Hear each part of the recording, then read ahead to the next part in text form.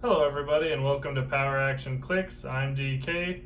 Today I'm bringing you a video wrapping up the month 1 storyline organized play kit. Now the tournament was a little bit chaotic, but it was a lot of fun. I definitely enjoyed it. I enjoy drafting. I enjoy the figures that are part of the X of Swords storyline. And I'm really enjoying this Battle Royale style tournament, even though it's still a little bit new to me. The first tournament I played was a snake style draft. That was pretty interesting. I hadn't played one of those before. I did kind of like how at the end we put all our figures in the middle and we got to pick different ones that we wanted, which was probably my favorite part about that. In that first one I pulled a full pack of Hellions figures, which I thought was pretty cool. I would have liked to have played with that team, but it was a snake style draft. In the second tournament we played a sealed draft. This was my team. Interesting enough, I ended up coming in second place in that tournament. I was really with Rock Slide. I had the Soul Sword equipped to Rock Slide, and the Blades, Claws, Fangs, and the Team Mystics ability really helped out. And like I said, I came in second place in that tournament by I think it was 5 points. These Battle Royale style maps are pretty awesome, and they're definitely going to be something I'm going to be using a lot into the future.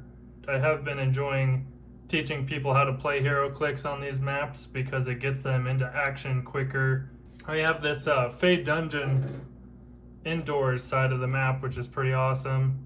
Close quarters combat map with all these different little rooms, and there's this elevated terrain and this blocking and hindering. It's probably my favorite one. And then on the other side we have the Eternal Caldera outdoor map, which is essentially just a big shooting range. It does have some hindering terrain, pretty good amount of hindering terrain here and there. It does have blocking, it has blocking in between the starting areas so you don't get blasted too early. I think I was playing on this map with my team in that tournament, and people were just coming from both directions. It was rough. I was able to land a couple good hits with Rock Slide with Blades, Claws, Fangs, which really helped. And for participation, this month you got the Tower, the Magician, and Captain Avalon. Some people noticed right off the bat that Captain Avalon has a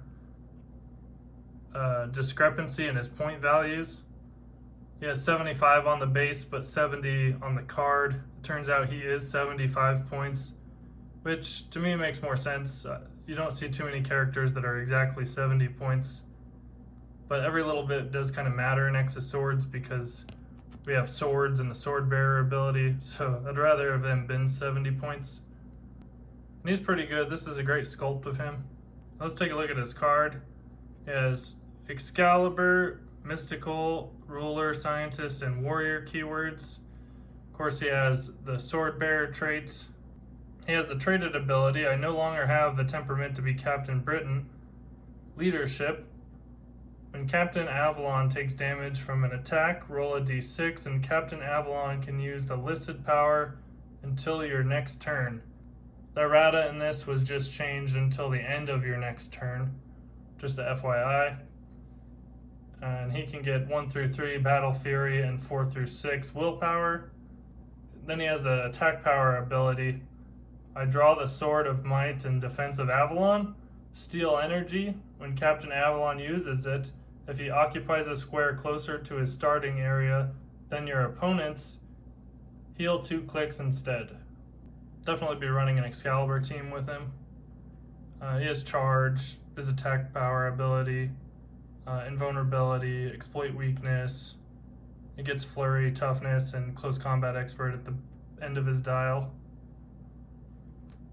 And then real quick, taking a look at the tarot cards. The Magician. Characters have Team Mystics ability. If a character can already use Team Mystics ability, they deal 1 unavoidable damage instead. This is a great card to be using in an Excalibur team or in a mystical team in general. 1 unavoidable damage can really make a difference, knock somebody off their best click.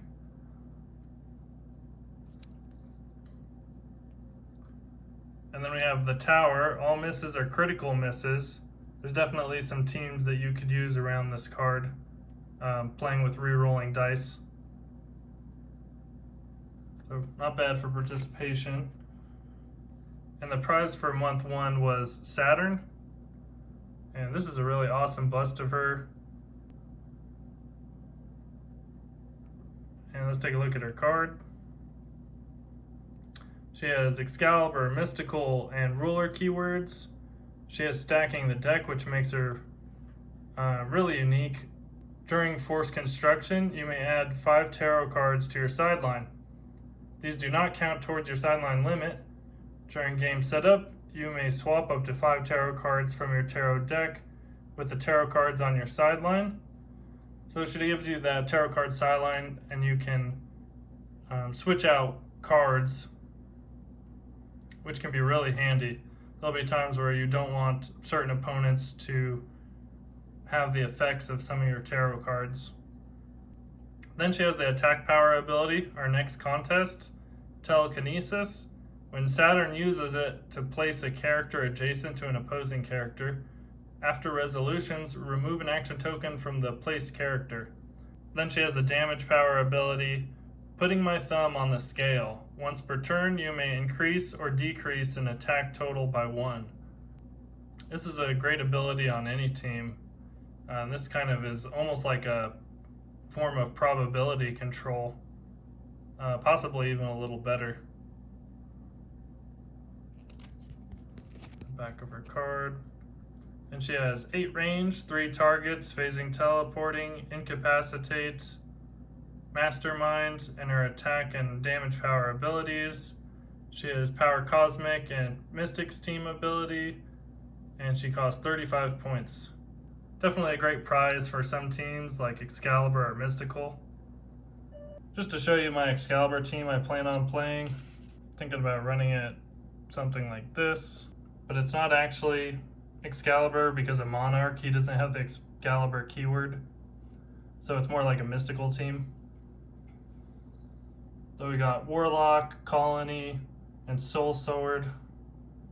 Soul Sword on Captain Britain, Warlock on Captain Avalon, Colony on Monarch.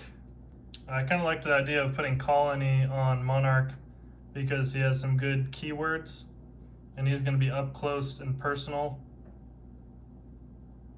giving people that empower. And I liked giving Warlock to Captain Avalon because he already has exploit weakness, and he'll get Blades, Claws, Fangs, and Shape Change. And Warlock, the sword in general, I think is actually really good. Being able to give Blades, Claws, Fangs, and Shape Change for 10 points, that's pretty awesome. And Soul Sword on Captain Britain because she has the Team Mystics ability. And that's my 300 point Mystical / Excalibur team. And these are just some figures I drafted that I thought were pretty good. Rock Slide with that rock explosion. This Storm's way better than the one in the main set. Nanny, I don't know, I think this is the first time she's ever been seen in Heroclix. So this might be her first Heroclix. I could be wrong about that though. And Nanny's a really interesting character in the Hellions comic. And then we have Gorgon. This Gorgon's awesome because he can hold any 2 swords. So there's lots of versatility and different things you could try out with him. Nice piece to have. And then we have Mr. Sinister. I like this figure because it's actually just another clone of Mr. Sinister that's in the comic book. He unfreezes him and sends him into Otherworld, basically with the Hellions. It's just cool to have this figure from the comic book. I'm curious to see what's coming up in month 2. New maps, new figures, new prizes.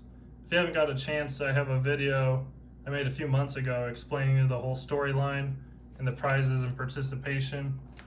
I'm definitely interested in hearing how the tournament went for the community.